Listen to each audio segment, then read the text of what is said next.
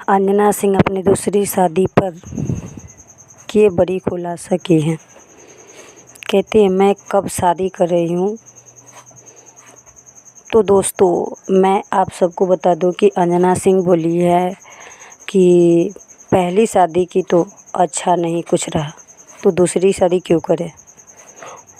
परंतु लोगों से उन्होंने पूछा है कि डिवोर्स के बाद जितने धूमधाम से लड़का की शादी होता है उतना ही धूमधाम से लड़की के क्यों नहीं।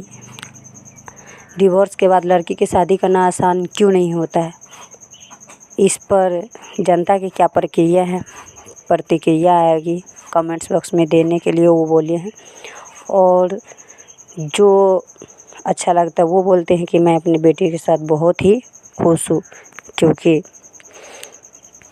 पता नहीं कि दूसरी शादी करके भी यही समस्या खड़ी होगी। उससे बेहतर है कि मैं अपने बच्चों के साथ जीऊँ। और अच्छा लगे तो comment, like, subscribe and share ज़रूर करें। ओके, धन्यवाद।